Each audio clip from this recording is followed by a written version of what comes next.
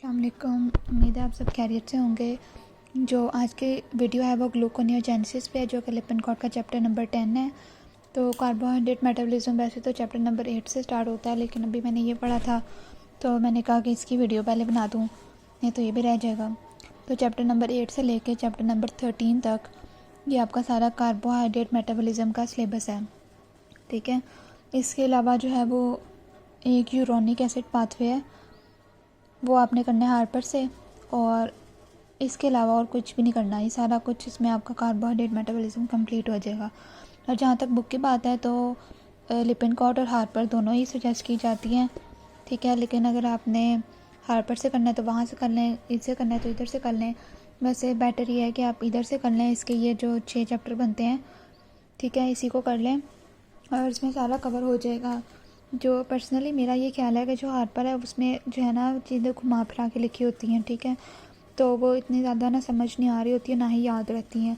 तो जो चीज़ आपकी यहाँ से कवर हो रही है अच्छी तरीके से, वो यहाँ से ही कर लेनी बेहतर है। जो चीज़ वहाँ से करनी होगी फिर मैं उसका आपको साथ ही बताऊँगी। लेकिन फ़िलहाल जो कार्बोहाइड्रेट मेटाबॉलिज्म है उसका चैप्टर नंबर 8, 9, 10, 11, 12, 13, ठीक है, ये आपने इधर से ही करना है। तो स्टार्ट करते हैं ग्लूकोनियोजेनेसिस से। ग्लूकोनियोजेनेसिस यानी कि ग्लूकोज फॉर्मेशन, न्यू ग्लूकोज की फॉर्मेशन नए तरीके से, यानी कि एक तो होता है ना कि ग्लाइकोजन को तोड़ दो ग्लूकोज बन जाए, या डाइट से ग्लूकोज ले लो। एक होता है कि नॉन कार्बोहाइड्रेट सोर्स से ग्लूकोज बनाना, यानी जैसे अमाइनो एसिड्स हैं उनको ग्लूकोज में कन्वर्ट करना। इस तरह से ये हमारे पास है। तो ये हमें ज़रूरत क्यों पड़ती है? अगर आपने थोड़ा सा ये ओवरव्यू पढ़ा हो तो इसमें लिखा हुआ है कि जैसे हमारे पास कुछ बॉडी के सेल्स हैं जिनको कॉन्टीन्यूस सप्लाई चाहिए होती है ग्लूकोज की, जिसमें ब्रेन है, आरबीसीज हैं, किडनी, मेड्यूला, मेल्स में testis, exercising muscles, cornea of the eye. क्यों? क्योंकि जो है वो इनका जो जैसे ब्रेन है ये सिर्फ़ और सिर्फ ग्लूकोज को यूटिलाइज़ करती है, फैटी एसिड्स, अमाइनो एसिड्स वगैरह ये नहीं यूज़ करती। तो अगर हम खाना खाते हैं तो हमें ग्लूकोज मिलता है, वो इन सबको मिलता है। फिर अगर हम खाना नहीं खा रहे तो हमारी बॉडी के अंदर स्टोर्ड ग्लूकोज होता है in the form of glycogen. Glycogen break down होने लग जाता है, ठीक है। फिर एक ऐसी स्टेज आती है कि ग्लाइकोजन भी ख़त्म होने लग जाता है। जो हमारी बॉडी के अंदर ग्लाइकोजन के स्टोर्स हैं वो भी ख़त्म होने लग जाते हैं। तो फिर हम क्या करते हैं कि न्यू ग्लूकोज की प्रोडक्शन करते हैं। अगर हम बाहर से भी खा नहीं रही हैं, ठीक है, जैसे रोज़ा है फॉर एग्जांपल, या हम सोए हुए हैं, ठीक है, बॉडी को तो मेटाबॉलिज्म के लिए एनर्जी चाहिए ना। बेशक मेटाबॉलिज्म स्लो हो रहा है लेकिन हो तो रहा है ना। तो न्यू ग्लूकोज की फॉर्मेशन होगी और इस प्रोसेस को हम कहते हैं ग्लूकोनियोजेनेसिस। तो सबसे पहले यहाँ पे इसके कुछ सबस्ट्रेट्स बताए गए हैं, जिसमें ग्लिसरॉल है, लैक्टेट है और अमाइनो एसिड्स हैं। यानी ग्लूकोनियोजेनेसिस के लिए हमें कुछ चीज़ें चाहिए जो कि नॉन कार्बोहाइड्रेट हैं, ठीक है। जैसे फैटी, ये ग्लिसरॉल एक अल्कोहल है, ये फैटी एसिड से आएगी। लैक्टेट है, अमाइनो एसिड्स हैं, ये नॉन कार्बोहाइड्रेट सोर्स है। इनको यूज़ करते हुए एज अ सबस्ट्रेट हम प्रोड्यूस करवा लेंगे ग्लूकोज। तो सबसे पहले जो यहाँ पे बात है ग्लिसरॉल है, लैक्टेट है और अमाइनो एसिड्स हैं। सबसे पहले है ग्लिसरॉल। ग्लिसरॉल हमारे पास आता है कहाँ से? ट्राइएसाइल ग्लिसरॉल, आपने नाम सुना है ना, फर्स्ट ईयर में पढ़े हैं टैग्स। जब ये ब्रेक डाउन होते हैं तो फैटी एसिड से रिलीज़ होते हैं और ग्लिसरॉल रिलीज़ होता है। ये फैटी एसिड्स भी आगे जो है वो यूज़ हो जाते हैं। जो ग्लिसरॉल है ना, इसके ऊपर एक एंजाइम एक्ट करता है ग्लिसरॉल काइनेज। ये लिवर का एंजाइम है, ठीक है। और ग्लूकोनियोजेनेसिस मेनली कहाँ पे होती है? 90% लिवर के अंदर और 10% किडनीज़ के अंदर, ठीक है। और अगर प्रोलॉन्ग हो जाए फास्टिंग तो 40% तक किडनीज़ के अंदर हो जाती है, ठीक है। तो ये ग्लूकोकाइनेज जो एंजाइम है लिवर का, ये ग्लिसरॉल के ऊपर एक्ट करता है, ठीक है। ये एटीपी एडीपी में कन्वर्ट होगा, जाहिर सी बात है। तो ग्लिसरॉल क्या स्पेलिंग हो गया, ग्लिसरॉल फॉस्फेट बन जाएगा, ठीक है। फिर ग्लिसरॉल फॉस्फेट के ऊपर एक एंजाइम एक्ट करता है, उसको हम कहते हैं ग्लिसरॉल फॉस्फेट डीहाइड्रोजिनेज। तो इसको कन्वर्ट कर देता है इनटू डाईहाइड्रोक्सी एसीटोन फॉस्फेट के अंदर। अब ये नाम आपने सुना है ना, ग्लाइकोलाइसिस में पढ़ा था। तो ये क्या करता है कि ग्लाइकोलाइसिस का इंटरमीडिएट बन गया है कि अभी मैं आपको बताती हूँ कि इसका क्या काम है, इससे ग्लूकोज कैसे बनेगी, ठीक है। अब नंबर 2 पे आते हैं। नंबर 2 है लैक्टेट। लैक्टेट प्रोड्यूस होता है इन द एक्सरसाइजिंग मसल्स। जब हम मसल्स एक्सरसाइज कर रही होती हैं तो ग्लूकोज ख़त्म हो गई फॉर एग्जांपल, तो लैक्टेट प्रोड्यूस होने लग जाता है। अब ये जो लैक्टेट मसल्स के अंदर प्रोड्यूस हुआ है, ये मसल से जाएगा इनटू द ब्लड, ब्लड से जाएगा लिवर में, लिवर के अंदर इसकी ग्लूकोनियोजेनेसिस होगी इसकी वजह से, और प्रोडक्शन होगी ग्लूकोज की। ये सारा जो किस तरह से होती है ना, ये हम पढ़ते हैं। तो ये फिर ब्लड में जाएगा, फिर ये मसल्स को मिल जाएगा, तो लैक्टेट हो गया। फिर हमारे पास कुछ होते हैं अमाइनो एसिड्स, ठीक है। अमाइनो एसिड्स हैं जिसमें कीटोजेनिक होते हैं, ग्लूकोजेनिक होते हैं, कीटोजेनिक और ग्लूकोजेनिक बोथ होते हैं, ये हमने क्लासिफिकेशन में पढ़ा हुआ है। तो जो ग्लूकोजेनिक अमाइनो एसिड्स होते हैं ना, वो TCA साइकिल या ग्लाइकोलाइसिस के इंटरमीडिएट्स में कन्वर्ट हो जाते हैं, जैसे कि एलानीन है वो पायरुवेट में कन्वर्ट हो जाता है। इस तरह अलावा कुछ अमाइनो एसिड्स हैं वो अल्फ़ा कीटोग्लूटारेट में कन्वर्ट हो जाते हैं। अल्फ़ा कीटोग्लूटारेट हमने वो पढ़ा था ना TCA साइकिल में, वो मतलब कि TCA साइकिल का इंटरमीडिएट प्रोवाइड करता है, यानी कि एक सब्सटेंस प्रोवाइड कर रहा है जो TCA साइकिल में यूज़ होता है, और TCA साइकिल से हमें एनर्जी मिलनी है, और अगर इसको रिवर्स करके ग्लाइकोलाइसिस को रिवर्स करें तो ग्लूकोज भी बन जाएगा, ठीक है। तो ग्लूकोजेनिक अमाइनो एसिड्स हैं, लैक्टेट है और ग्लिसरॉल है। कुछ अमाइनो एसिड्स ऐसे हैं जो कि प्रोड्यूस करते हैं एसिटाइल कोए, उनको हम कहते हैं कीटोजेनिक। क्यों? क्योंकि हमारे पास जो है पायरुवेट है, पायरुवेट से कन्वर्जन होनी है टू द एसिटाइल कोए, ठीक है। Pyruvate is the end product of glycolysis, it converts into acetyl CoA. Acetyl CoA जो है वो फिर ऑक्सैलो एसीटेट के साथ मिलकर सिट्रेट बनाता है और TCA साइकिल होती है। जहाँ पर जो एंजाइम है वो है पायरुवेट डीहाइड्रोजिनेज कम्प्लेक्स। ये जो एंजाइम है ये इरिवर्सिबल है। तो जो amino acids acetyl CoA produce करेंगे, ठीक है, वो ये तो स्टेप इरिवर्सिबल है, तो ग्लाइकोलाइसिस रिवर्स नहीं हो पाएगी, ठीक है। तो इसलिए हम इनको कहते हैं कीटोजेनिक, इनसे जो है वो ग्लूकोज प्रोडक्शन नहीं हो सकती, ठीक है। यहाँ पे एक दफ़ा देख लें, जो ग्लाइकोलाइसिस के स्टेप्स भी लिखे हुए हैं सारे, फिर ये TCA साइकिल है, ठीक है। तो ये हमने पढ़ ली। ये जो मैंने आपको ये बताया था ना लैक्टेट वाला, इसको हम कोरी साइकिल कहते हैं, ठीक है। फिर उसके बाद है रिएक्शंस यूनिक टू ग्लूकोनियोजेनेसिस। तो ये मैंने रफ सी ग्लाइकोलाइसिस लिखी है, जिसमें हम ग्लूकोज स्टार्ट करते हैं और एंड में पायरुवेट तक पहुंचते हैं। फिर पायरुवेट TCA साइकिल में जाता है, NADH प्रोड्यूस होते हैं, एक सबस्ट्रेट लेवल फॉस्फोराइलेशन होती है, NADH जो है वो इलेक्ट्रॉन ट्रांसपोर्ट चेन में जाते हैं और ATP प्रोडक्शन होती है। तो अब हमें क्या करना है कि साइकिल को जो है ना, हमें ग्लूकोज चाहिए, ठीक है। यहाँ पे हम ग्लूकोज को ब्रेक डाउन कर रहे हैं, अब हमें प्रोड्यूस करनी है ग्लूकोज। तो इसके लिए हम सिंपल रिवर्स नहीं कर सकते साइकिल को, क्योंकि इसमें 3 स्टेप्स ऐसे हैं जो कि इरिवर्सिबल हैं, ठीक है। वो आपको पता ही है कि फॉस्फोइनोल पायरुवेट से जो पायरुवेट बनता है, पायरुवेट काइनेज, ये स्टेप जो कि इरिवर्सिबल है। इसके ऊपर जो एंजाइम है पायरुवेट काइनेज, वो सिर्फ इस डायरेक्शन में काम करता है, ठीक है। ये भी रिवर्सिबल है, रिवर्सिबल है, ये आपस में इंटरकन्वर्टेबल है। फिर ये जो है ना फ्रुक्टोज 6 फॉस्फेट से फ्रुक्टोज 1,6 बिसफॉस्फेट, जहाँ पे एंजाइम हमने पढ़ा था फॉस्फो फ्रुक्टो काइनेज, ये वाला स्टेप हमने पढ़ा था कि ये भी रेगुलेटरी स्टेप है, क्योंकि ये भी इरिवर्सिबल है, ठीक है। फिर उसके बाद ये बोथ डायरेक्शंस में, फिर यहाँ पे glucokinase in the case of liver and hexokinase in the case of other tissues, ये भी सिर्फ एक ही डायरेक्शन में होता है। तो अब ये 3 हमारे पास जो हैं वो ब्लॉकेजेस हैं कि अगर हम यहाँ से शुरू हों तो बैकवर्ड जाएं, अगर हम इस स्टेप को किसी तरह क्रॉस कर लें इधर, फिर यहाँ तक हम आसानी से पहुँच जाएँ, फिर हमें एक और स्टेप को क्रॉस करना पड़ेगा, क्योंकि हम सिंपल इस तरह नहीं जा सकते, तो हमें साइड कोई बाईपास लेना पड़ेगा, फिर इस तरह से, ठीक है। तो हम स्टार्ट करते हैं यहाँ से कि हमने कहा कि जो लैक्टेट है, ग्लिसरॉल, सबसे पहले ग्लिसरॉल हमने डाईहाइड्रोक्सी एसीटोन फॉस्फेट प्रोड्यूस किया था ना अभी, जैसे हमने सबस्ट्रेट्स पढ़े थे। तो ये डाईहाइड्रोक्सी एसीटोन फॉस्फेट प्रोड्यूस करने का हमें ये फ़ायदा हुआ कि ये वाला एक हमारे पास बाईपास हो गया। दूसरा हमने क्या पढ़ा था, लैक्टेट, लैक्टेट कन्वर्ट हो जाएगा पायरुवेट में, फिर यहाँ से हम वापस जाएंगे, ठीक है। और जो हमने तीसरा पढ़ा है अमाइनो एसिड्स, उससे TCA साइकिल के इंटरमीडिएट्स बनेंगे, अल्टीमेटली ऑक्सैलो एसीटेट बनेगा।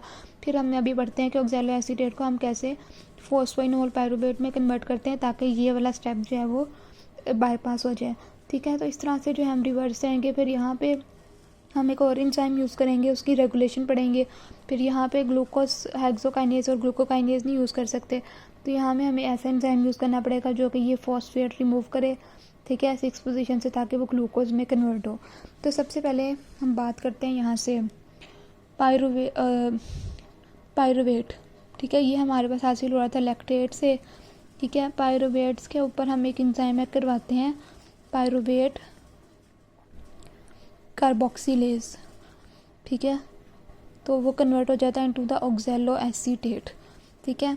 क्योंकि जो है पायरुवेट के अंदर अगर हम एक CO2 डालते हैं तो वो कन्वर्ट हो जाता है ऑक्सैलो एसीटेट के अंदर, एक CO2 निकालते हैं तो एसिटाइल CoA में, तो हमने एक CO2 इसके अंदर एंटर किया है, ठीक है। और यहाँ पे ये जो एंजाइम है ये बायोटिन डिपेंडेंट है और ये ATP यूज़ करता है, ठीक है। ऑक्सैलो एसीटेट में कन्वर्ट हो गया, ठीक है। अब हम एक ऑक्सैलो एसीटेट के ऊपर एक एंजाइम ऐड करवाएंगे जिसकी वजह से फॉस्फोइनोल पायरुवेट में कन्वर्ट हो जाएगा और ये जो है स्टेप बाईपास हो जाएगा। लेकिन मसला ये है कि जो ऑक्सैलो एसीटेट है वो सेल मेम्ब्रेन को क्रॉस नहीं कर सकता, ठीक है। ये सारा कुछ माइटोकॉन्ड्रिया के अंदर होता है ना, तो इसको हमने बाहर निकालने के लिए इसके ऊपर ऐड करवाया मैलेट डिहाइड्रोजनेज। ये जो हम करने लगे ये है मैलेट शटल, मैलेट डिहाइड्रोजनेज करवाया, रिडक्शन करवाई इसकी और ये कन्वर्ट हो गया मैलेट में। और जो मैलेट है वो आसानी से बाहर जा सकता है, इसलिए मैलेट जो है वो सेल से बाहर चला गया, ठीक है। ये मैलेट आ गया। अब मैलेट के ऊपर हमने पहले इसकी रिडक्शन करवाई थी ना, मैलेट को दोबारा से हम ऑक्सीडाइज करवा देंगे with the same enzyme malate dehydrogenase. यहाँ पे डिहाइड्रोजनेज एंजाइम जो है वो ऑक्सीडाइज हो रहा था और इसको रिड्यूस कर रहा था, यहाँ पे इसको रिड्यूस करेगा और खुद ऑक्सीडाइज हो जाएगा। नहीं, यहाँ पे हमने रिडक्शन करवाई है ऑक्सैलो एसीटेट की, रिड्यूस हो गया, ये ऑक्सीडाइज, फिर यहाँ पे मैलेट ऑक्सीडाइज हो गया और मैलेट डिहाइड्रोजनेज रिड्यूस हो गया, तो कन्वर्ट कर दिया इसको वापस ऑक्सैलो एसीटेट में। तो ये हमने बस एक बाईपास यूज़ किया इसको बाहर निकालने के लिए। अब हमारे पास आ गया ऑक्सैलो एसीटेट। इसके ऊपर एक एंजाइम ऐड करवाते हैं फॉस्फोइनोल पायरुवेट कार्बोक्सी काइनेज, ठीक है। अब ये इसका नाम क्यों है देखें, ऑक्सैलो एसीटेट से हमने प्रोड्यूस करवाना है फॉस्फोइनोल पायरुवेट। फॉस्फोइनोल पायरुवेट के अंदर एक फॉस्फेट ज़्यादा है, क्योंकि फॉस्फेट निकलता है तो पायरुवेट के अंदर कन्वर्ट होता है ना, और एक इसलिए हमें इसके अंदर एक डालना है एक फॉस्फेट डालना है। और जो हमने यहाँ पे कार्बन डाइऑक्साइड डाली थी ये भी तो हमें निकालनी है, क्योंकि फॉस्फोइनोल पायरुवेट में तो नीना है, तो हमने एक CO2 बाहर निकालनी है और एक हमने ATP डालना है, फॉस्फेट डालना है, और वो फॉस्फेट GTP देगा। यहाँ पे आपने याद रखना है कि ATP ने दिया था ना, यहाँ पे GTP ने देगा, तो ये कन्वर्ट हो जाता है टू फॉस्फोइनोल पायरुवेट। ये हमारे पास आ गया अब, ठीक है। अब ये हम जो है वो सिंपल जो एंजाइम ग्लाइकोलिसिस में थे वो ही यूज़ करते हुए हम पहुँच जाएंगे फ्रुक्टोज 5,6 बिस फॉस्फेट पे, ठीक है। एक दफ़ा इसको बुक से भी देख लेते हैं। तो मैंने आपको ये बताया कि कार्बोक्सिलेशन हुई with the help of pyruvate carboxylase, ठीक है। फिर उसके बाद ऑक्सैलो एसीटेट में कन्वर्ट हो गया, फिर ऑक्सैलो एसीटेट को हमने बाहर निकाल के उस पर ऐड करवाया फॉस्फोइनोल पायरुवेट कार्बोक्सी काइनेज। फिर यहाँ पे लिखा हुआ है कि पायरुवेट कार्बोक्सिलेज जो है वो बायोटिन डिपेंडेंट है और HCO3 जो है वो हमें कार्बन डाइऑक्साइड देता है, इतना ज़रूरी नहीं है। देखिए यहाँ पे एक बात लिखी हुई है कि जो मसल्स हैं उनके अंदर भी पायरुवेट कार्बोक्सिलेज होता है, ठीक है। लेकिन वो जो ऑक्सैलो एसीटेट प्रोड्यूस करवाते हैं ना पायरुवेट कार्बोक्सिलेज की रिएक्शन से, वो उसको अपने जो है वो यूज़ कर लेते हैं एनर्जी प्रोडक्शन के लिए, और वो जो है वो ग्लूकोज की प्रोडक्शन नहीं करते। तो ये सिर्फ होती है किडनीज़ के अंदर, ठीक है, और लीवर के अंदर। तो ये यहाँ पे बताया हुआ है किस तरह से हुआ है सारा, ठीक है। ये देखें यहाँ पे ऑक्सैलो एसीटेट जो बन गया वो मैलेट में कन्वर्ट हुआ, मैलेट बाहर आया, मैलेट दोबारा से ऑक्सीडाइज हो गया ऑक्सैलो एसीटेट में, फिर फॉस्फोइनोल पायरुवेट में, ठीक है। और अब इसकी रेगुलेशन इस तरह से है, ये देखें अगर एसिटाइल CoA बहुत ज़्यादा हो जाएगा, ठीक है, तो वो क्या करेगा कि पायरुवेट डिहाइड्रोजनेज कम्प्लेक्स जो यहाँ पे होता है वो इसको इनहिबिट कर देगा, और पायरुवेट कार्बोक्सिलेज जिसने इसको ऑक्सैलो एसीटेट में कन्वर्ट किया इसको पॉजिटिव कर देगा। तो वो कहेगा कि मैं तो पहले ही बहुत ज़्यादा बन गया हूँ, मुझे और ना बनाओ, तो ये बहुत ज़्यादा हो जाएगा, तो ये इसको नेगेटिव कर देगा इसको, और इस स्टेप को पॉजिटिव कर देगा, ठीक है। ये लिखा हुआ है। फिर उसके बाद ये मैलेट शटल की बात की है जो मैंने आपको बताया, तो इसके बाद डीकार्बोक्सिलेशन है इसकी, और फॉस्फोराइलेशन है, ठीक है। इसके लिए एंजाइम है फॉस्फोइनोल पायरुवेट कार्बोक्सीकाइनेज और ग्वानिसिन ट्राइफॉस्फेट यूज़ करता है। और फिर आखिरकार हम पहुंच जाते हैं फ्रुक्टोज 1,6 बिसफॉस्फेट पे, ठीक है। अब हमने इस स्टेप को देखना है कि किस तरह से करना है। ये देखें, अब यहाँ पे फ्रुक्टोज 6 फॉस्फेट को फ्रुक्टोज 1,6 बिसफॉस्फेट में करने के लिए जो एंजाइम है वो है फॉस्फोफ्रुक्टोकाइनेज। और एक और हमने पढ़ा था कि इसके ऊपर एक एंजाइम एक्ट करता है फॉस्फोफ्रुक्टोकाइनेज 2, जो कि कन्वर्ट करता है इनटू द फ्रुक्टोज 2,6 बिसफॉस्फेट। और ये फ्रुक्टोज 2,6 बिसफॉस्फेट जो है ये फॉस्फोफ्रुक्टोकाइनेज को बहुत ज़्यादा पावरफुल एक्टिवेट करता है। ये हमने पढ़ा था ग्लाइकोलाइसिस में, ताकि जो है वो जल्दी से ये जो है वो नीचे पायरुवेट की तरफ जाए। अब हमें एक ऐसा एंजाइम चाहिए जो कि इसको इस तरह से चला सके, और उस एंजाइम का नाम है fructose 1,6 phosphatase. Fructose 1,6 phosphatase. Phosphatase का मतलब कि ये फॉस्फेट को रिमूव करेगा, फॉस्फेटेज, ठीक है। लेकिन अब इसकी रेगुलेशन कैसे होगी, कि मतलब कि ये क्यों एक्टिव होगा और ये कब एक्टिवेट होगा। ये आपको पता है कि ये एक्टिवेट होगा फॉस्फोफ्रुक्टोकाइनेज, तो ये क्या करेगा कि ग्लाइकोलाइसिस को फेवर करेगा। अगर ये एक्टिव होगा तो ये ग्लूकोनियोजेनेसिस को फेवर करेगा। तो किन सिचुएशंस में ये एक्टिव होता है, किस तरह से एक्टिव होता है और किस तरह ये एक्टिव होता है, ये मैं आपको बताती हूँ। ये वाला जो एंजाइम है ना फॉस्फोफ्रुक्टोकाइनेज 2, ये बाईफंक्शनल एंजाइम होता है। इसके पास एक और होता है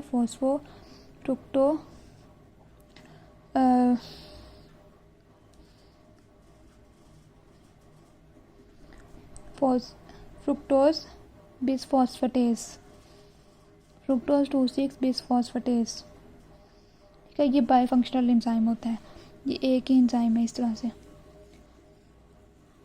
अब आपने याद रखना है कि जो काइनेज है ना ये एक्टिव होता है बाय फॉस्फोराइलेशन, सॉरी इनएक्टिव होता है बाय फॉस्फोराइलेशन, और ये एक्टिव होता है बाय फॉस्फोराइलेशन। इसको लिख लेते हैं, डीफॉस्फोराइलेशन से एक्टिव होता है और ये फॉस्फोराइलेशन से एक्टिव होता है। तो अब हम सपोज करते हैं कि बॉडी के अंदर ग्लूकोज कम है। ये पहले कर लेते हैं कि ग्लूकोज बहुत ज़्यादा है। अगर ग्लूकोज बहुत ज़्यादा है तो वो ग्लाइकोलाइसिस को फेवर करेगा ना, कि मैं बहुत ज़्यादा हूँ, मुझे यूज़ करके पायरुवेट में कन्वर्ट करो। ग्लूकोज ज़्यादा है तो ग्लूकागॉन ज़्यादा होगा।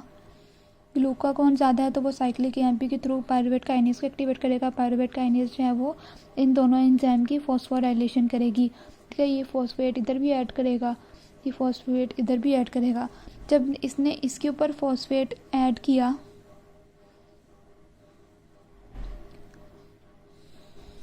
सॉरी यहाँ पे एक मिस्टेक हो गई है। जब ग्लूकोज ज़्यादा है तो यहाँ पे ग्लूकोज कम आएगा, क्योंकि ग्लूकोज कम है तो ग्लूकागॉन निकलेगा। क्योंकि इस तरह से याद रखें कि ग्लूकागॉन यानी ग्लूकोज गॉन, ग्लूकोज नहीं है, ग्लूकागॉन बहुत ज़्यादा है, ग्लूकागॉन रिलीज़ होगा। जब ग्लूकोज नहीं है तो वो फेवर करेगा कि ग्लूकोनियोजेनेसिस हो, ठीक है। आप दोबारा से इसको सुने, थोड़ी सी मिस्टेक हो गई थी। ग्लूकागॉन ज़्यादा है उसको हम डिस्कस कर रहे हैं, तो फॉस्फोराइलेशन इसकी भी कर देगा और इसकी भी कर देगा। जब इसकी फॉस्फोराइलेशन करेगा तो ये हो जाएगा इनएक्टिव, क्योंकि ये एक्टिव होता है बाय डीफॉस्फोराइलेशन, तो ये हो जाएगा इनएक्टिव और फॉस्फेटेज हो जाएगा एक्टिव। ये फॉस्फेटेज एक्टिव हो जाएगा तो ये 2,6 बिसफॉस्फेट को ब्रेक डाउन करेगा और ये फॉस्फोफ्रुक्टोकाइनेज को स्टिमुलस नहीं मिलेगा, और ये जो फॉस्फेटेज है ना ये हो जाएगा एक्टिव, तो ये रिवर्स में जाएगा और ग्लूकोज पैदा करेगा। अब हम एक सिचुएशन लेते हैं कि फॉर एग्जांपल हमारे पास इंसुलिन, पहले हम बात करते हैं कि ग्लूकोज बहुत ज़्यादा है। याद रखें कि जब भी ग्लूकोज ज़्यादा होगी इसका मतलब इंसुलिन भी ज़्यादा होगी, ठीक है। इंसुलिन भी ज़्यादा है। इंसुलिन का क्या क्या काम होता है कि ये डीफॉस्फोराइलेशन करवाता है, ठीक है। अब इसकी डीफॉस्फोराइलेशन करवाई तो ये एक्टिव हो गया, इसकी करवाई तो ये इनएक्टिव हो गया। अब पायरुवेट काइनेज एक्टिव हुआ है तो ये फ्रुक्टोज 2,6 फॉस्फेट को 2,6 बिसफॉस्फेट में कन्वर्ट करेगा, 2,6 बिसफॉस्फेट जो है वो फॉस्फोफ्रुक्टोकाइनेज को एक्टिवेट करेगी और ये जो है वो ग्लाइकोलाइसिस के फेवर में होगा। और साथ ही साथ फ्रुक्टोज 2,6 बिसफॉस्फेट जो है फ्रुक्टोज 1,6 बिसफॉस्फेटेज को इनएक्टिव कर देगी। तो ये ग्लाइकोलाइसिस ज़्यादा होगी जब ग्लूकोज ज़्यादा है, और जब ग्लूकोज कम है तो ग्लूकोनियोजेनेसिस की तरफ हम जाएंगे। ठीक है, ये यहाँ पे थी, मैं थोड़ा सा कंफ्यूज हो गई थी। तो यहाँ से देखें, डीफॉस्फोराइलेशन ऑफ फ्रुक्टोज 1,6 बिसफॉस्फेट, ये देखें यहाँ पे उन्होंने दिखाया कि ग्लूकागॉन बहुत ज़्यादा है। ग्लूकागॉन मतलब ज़्यादा है, यानी कि ग्लूकोज बॉडी में कम है। जब ग्लूकोज कम है तो हमें ग्लूकोनियोजेनेसिस करवानी है। अब देखते हैं कि प्रोटीन काइनेज ए एक्टिव हो गया। तो यहाँ पे हमारे पास है एक फॉस्फोफ्रुक्टोकाइनेज और एक है फॉस्फेटेज। अब हमने करवानी है ग्लूकागॉन, हमने कहा ना कि तब होता है जब ग्लूकोज कम होती है। अब ग्लूकोज कम है तो हमें ग्लूकोनियोजेनेसिस करवानी है ना, तो काइनेज को इनएक्टिव होना चाहिए और इसको एक्टिव होना चाहिए ताकि फ्रुक्टोज 2,6 बिसफॉस्फेट ना बने। तो इसके ऊपर जब फॉस्फोराइलेशन हुई काइनेज की, फॉस्फोराइलेशन से इनएक्टिव हो गया और फॉस्फेटेज की फॉस्फोराइलेशन से ये एक्टिव हो गया। फॉस्फेटेज एक्टिव हो गया है तो फ्रुक्टोज 2,6 बिसफॉस्फेट नहीं बनेगा। फ्रुक्टोज 2,6 बिसफॉस्फेट नहीं बनेगा तो फॉस्फोफ्रुक्टोकाइनेज को कोई स्टिमुलस नहीं मिलेगा और ये जो है वो इस तरह से नहीं जाएगा, बल्कि ये वाला एंजाइम जो है एक्टिव हो जाएगा और हमने फ्रुक्टोज 2,6 बिसफॉस्फेट 6 फॉस्फेट मिल जाएगा। उसे हम ग्लूकोज 6 फॉस्फेट में कन्वर्ट करवा लेंगे। फिर अब लास्ट बैरियर हमारे पास रह जाता है। अब यहाँ पे देखें ये बातें लिखी हुई हैं, डीफॉस्फोराइलेशन ऑफ। अब यहाँ पे देखें, अब वो कहते हैं कि ये जो फ्रुक्टोज 2,6 फॉस्फेट है, इसके लिए एंजाइम जो चाहिए होता है इसको इसमें कन्वर्ट करने के लिए, वो होता है फॉस्फेटेज। और वो फॉस्फेटेज एंजाइम जो है वो प्रेजेंट होता है इन द एंडोप्लाज्मिक रेटिकुलम। तो हमें एक एंजाइम चाहिए होता है ट्रांसलोकेज, जो कि इसको लेके जाता है into the endoplasmic reticulum. Endoplasmic reticulum के अंदर होता है ग्लूकोज 6 फॉस्फेटेज, वो फॉस्फेट को रिमूव कर देगा और हमें फाइनली ग्लूकोज मिल जाएगी। तो यहाँ पे भी यही बात लिखी हुई है। ठीक है, और ये समरी पढ़ लें। तो अब आपको मैं ना रेगुलेशन यहीं से बता देती हूँ।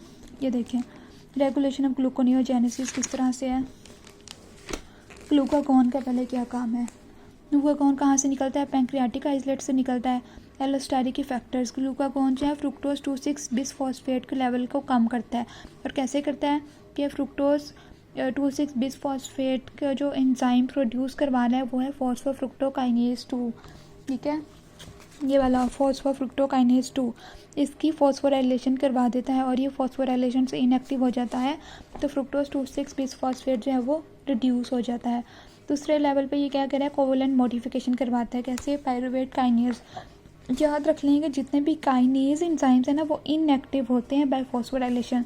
तो फॉस्फेनॉल पायरुवेट से, पायरुवेट के लिए कौन सा एंजाइम था, पायरुवेट काइनेज। तो इसकी फॉस्फोराइलेशन होगी तो ये हो जाएगा इनएक्टिव। तो ग्लूकागॉन क्या करवाता है, एक तो फ्रुक्टोज 2,6 बिसफॉस्फेट को कम करवाता है। फ्रुक्टोज 2,6 बिसफॉस्फेट कम होके फॉस्फोफ्रुक्टोकाइनेज को कम करता है। फिर उसके बाद है कि ये पायरुवेट काइनेज की करवाता है फॉस्फोराइलेशन, जिसकी वजह से पायरुवेट काइनेज इनएक्टिव हो जाता है। फिर ये इंडक्शन करवाता है एंजाइम्स की। हमने 3 एंजाइम पढ़े हैं जो मेन है इसमें। एक पायरुवेट कार्बोक्सिलेज है, एक हमारे पास फॉस्फेनॉल पायरुवेट कार्बोक्सी काइनेज है, कि इन एंजाइम्स की सिंथेसिस को ज़्यादा करवाता है। उसके बाद है सबस्ट्रेट अवेलेबिलिटी। सबस्ट्रेट जैसे कि मैंने बताया कि अगर एसिटाइल को बहुत ज़्यादा होगा तो ये इसको इनएक्टिव कर देगा। इसके अलावा जो इंसुलिन है, ये हमारे पास जो हमारी इंसुलिन है ये क्या करती है कि अमाइनो एसिड्स की मोबिलाइजेशन करवाती है। NADH वगैरह ATP वगैरह इंक्रीज़ करवाती है, जो कि हमें यहाँ पे देखें ना ये चाहिए, ATP भी चाहिए और अमाइनो एसिड्स भी चाहिए, तो जो कि सबस्ट्रेट के तौर पे यूज़ होते हैं। तो सबस्ट्रेट्स को इंक्रीज़ करवाती है। फिर allosteric activation bye acetyl co है, ये वही बात लिखी हुई है कि जब हमारे पास फैटी एसिड्स की बहुत ज़्यादा ब्रेकडाउन होगी, क्योंकि देखें ना जब हम फास्टिंग कंडीशन में हैं तो ग्लाइकोजन भी हमारे पास नहीं है, तो फैटी एसिड्स ब्रेकडाउन होंगे, मोबिलाइजेशन ऑफ अमाइनो एसिड्स होगी। जो फैटी एसिड्स ब्रेकडाउन होंगे ना वो मतलब बहुत ज़्यादा हो जाएंगे कि उनकी लाइपोलिसिस होगी, तो जो एसिटाइल को है वो भी प्रोडक्शन बहुत ज़्यादा हो जाएगी by beta oxidation of fatty acid. ठीक है, वो फैटी एसिड्स एंड में CO2 और H2O में कन्वर्ट हो जाता है, लेकिन वो इतने ज़्यादा हैं कि वो नहीं हो पा रहे, तो एसिटाइल को एक्यूमुलेट होने लग जाएगी और वो इनएक्टिवेट करेगी पायरुवेट डिहाइड्रोजनेज कम्प्लेक्स को और एक्टिवेट करेगी पायरुवेट कार्बोक्सिलेज को। इसको एक्टिवेट करेगी और इस अपने स्टेप को इनएक्टिवेट करेगी। और उसके बाद लास्ट में लिखा हुआ है allosteric inhibition by adenosine monophosphate. ये तो सारा बताया था कि एक्टिवेट कैसे होता है। अब इनहिबिशन है by the adenosine monophosphate. Adenosine monophosphate अगर हमारी बॉडी में, इसका क्या मतलब है कि बॉडी के अंदर एटीपी कम है, एनर्जी कम है, ठीक है। तो अब हमें ग्लूकोज बनाने की नहीं पड़ी, हमें ग्लूकोज को ब्रेक डाउन करना है, ग्लाइकोलाइसिस जो है, मतलब कि हमें ना एटीपी बनाना है, टीसीएस साइकिल को चलाना है ताकि एनएडीएच बने। तो हम रिवर्स में नहीं जाएंगे ग्लूकोज बनाने के लिए, क्योंकि ग्लूकोज बनाने के लिए हमें एनर्जी ऐसा सेल्फ रिक्वायर्ड है, ये एनर्जी यूजिंग प्रोसेस है। जबकि टीसीएस साइकिल और इलेक्ट्रॉन ट्रांसपोर्ट चेन ये एनर्जी यील्डिंग प्रोसेस है। तो हमारे पास तो एनर्जी कम है, एएमपी बहुत ज़्यादा है, तो हम रिवर्स में कैसे जाएंगे। तो ये जो है वो इनहिबिशन करता है, ठीक है। और अगर एटीपी बहुत ज़्यादा है तो जाहिर बात है, एटीपी ज़्यादा है तो हमें और एनर्जी नहीं प्रोड्यूस करनी, फिर हम ग्लूकोज बनाने लग जाएंगे, ठीक है। This is all about this chapter, ठीक है। और इंशाल्लाह ताला नेक्स्ट वीडियो में ग्लाइकोजन मेटाबॉलिज्म पढ़ेंगे। Thank you.